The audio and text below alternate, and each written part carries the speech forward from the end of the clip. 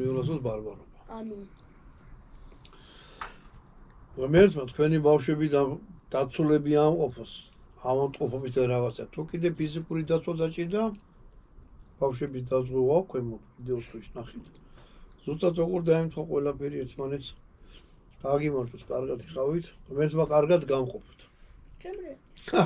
აბა არავჭამო.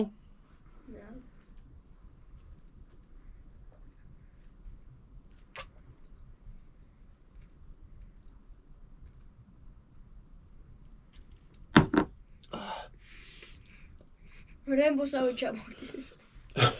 სად რემბოსა სად კიდე ბარბარობა, ვა?